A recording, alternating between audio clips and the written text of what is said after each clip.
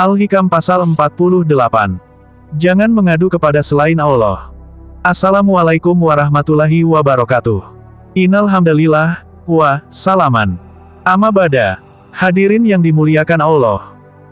Jangan lupa like, komen, dan share, agar pesan kebaikan ini terus mengalir, menjadi wasilah dakwah, memperluas manfaat, serta menghadirkan pahala jariah bagi kita semua.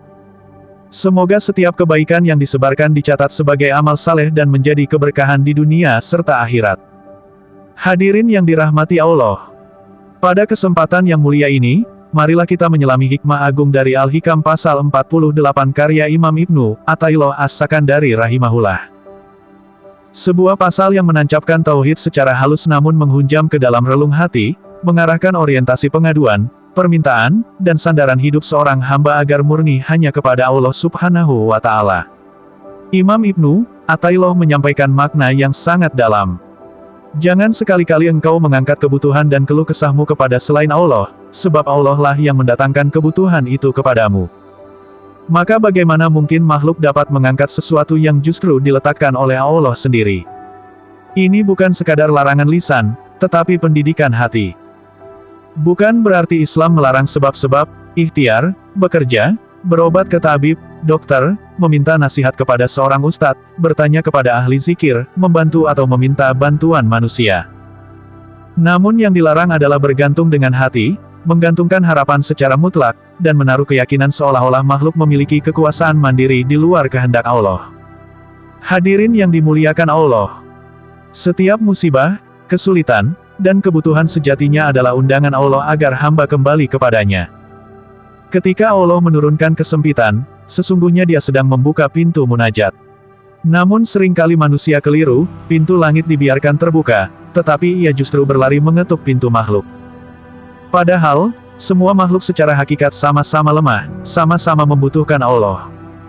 Semua makhluk sama-sama berhajat. Semua makhluk tidak mampu menolak mudarat dari dirinya sendiri, apalagi dari orang lain. Semua berdasar pada pertolongan Allah, terlepas pada profesi apapun orang itu. Allah memberikan keistimewaan kepada hamba-hambanya agar menggunakan keistimewaan atau maziyah itu untuk kemaslahatan umat. Itu artinya apa? Artinya orang itu bersandar kepada Allah secara zahir dan batin. Hal tersebut sesuai dengan syariat, sebaik-baiknya manusia adalah yang banyak manfaatnya untuk orang lain. Artinya, bersandar kepada Allah harus ada syariat dan ilmunya. Bersyariatlah tapi hatimu harus bersama Allah. Berikhtiarlah tapi batinmu harus dengan Allah. Berjuanglah tapi jiwa ragamu harus menuju Allah, karena Allah. Sehingga kegagalan apapun yang kau temui dalam perjalananmu tidak akan melukai hatimu, hatimu tetap tenang bersama Allah. Keberhasilan apapun dalam perjalananmu, tidak akan membuat dirimu takabur dan sombong, hatimu tetap fokus pada Allah. Maka orang yang bersandar kepada selain Allah, hakikat sedang bersandar pada fata morgana. Terlihat ada, namun hakikat kosong. Tampak menjanjikan, tetapi tidak pernah memberi kepastian. Inilah yang ditegaskan dalam syarah Al-Hikam. Tidak ada yang benar-benar tetap selain Allah. Tidak ada yang terus-menerus memberi karunia, nikmat, dan rahmat kecuali Dia.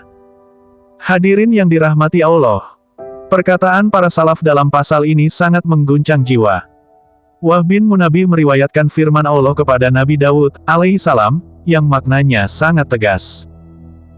Barang siapa yang benar-benar berharap kepada Allah dan tidak kepada selainnya, maka walaupun seluruh langit dan bumi bersekongkol untuk mencelakakannya, Allah pasti menyelamatkannya. Sebaliknya, barang siapa yang berlindung kepada makhluk dan berpaling dari Allah, maka rahmat akan diputus, bumi seakan runtuh di bawah kakinya, dan Allah tidak peduli di lembah mana ia binasa. Ini bukan ancaman kosong. Ini hukum tauhid. Hati yang berpaling dari Allah akan kehilangan penjagaan Allah. Hadirin yang dimuliakan Allah. Dalam kisah yang disampaikan Syekh Muhammad bin Husain bin Hamdan, kita belajar pelajaran akidah yang sangat praktis. Ketika seseorang kehabisan bekal lalu berharap kepada seorang tokoh, maka dikatakan kepadanya, jika engkau berharap kepadanya, niscaya hajatmu tidak akan tersampaikan. Mengapa? Karena Allah berfirman, Aku akan mematahkan harapan orang yang berharap kepada selainku dengan kekecewaan. Perhatikan kalimat ini, hadirin sekalian.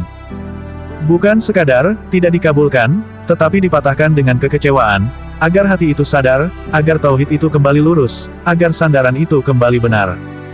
Allah seakan berfirman kepada hambanya, kesukaran itu di tanganku. Kuncinya di tanganku.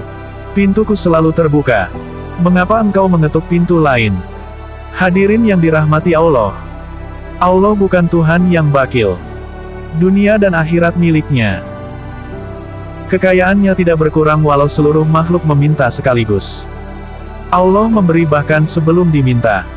Lalu ketika Dia mengambil, manusia justru meminta kepada selainnya. Betapa terbaliknya orientasi hati ini. Inilah penyakit yang sering tidak terasa. Lisan menyebut Allah, tetapi hati bersandar pada makhluk. Lisan berdoa, tetapi batin yakin pada manusia. Inilah yang ingin diluruskan oleh Al-Hikam pasal 48. Hadirin yang dimuliakan Allah. Maka pelajaran besar dari pasal ini adalah 1. Luruskan sandaran hati hanya kepada Allah. 2. Gunakan sebab duniawi, tetapi jangan menggantungkan jiwa kepadanya. 3. Jadikan setiap kesulitan sebagai pintu kembali kepada Allah, bukan alasan berpaling darinya. 4. Yakinlah bahwa siapa yang benar-benar berharap kepada Allah, tidak akan pernah dipermalukan. Semoga Allah menjadikan kita termasuk hamba-hamba yang bertauhid murni, yang menjadikan Allah sebagai satu-satunya tempat mengadu, meminta, dan berharap. Semoga Allah memutus ketergantungan hati kita dari makhluk, dan menguatkan ketergantungan kita hanya kepadanya. Akhirnya, marilah kita tutup dengan doa, semoga Allah menanamkan dalam hati kita keyakinan yang kokoh, tawakal yang benar, dan pengharapan yang lurus. Wallahu a'lam bishshawab. Wassalamualaikum warahmatullahi wabarakatuh.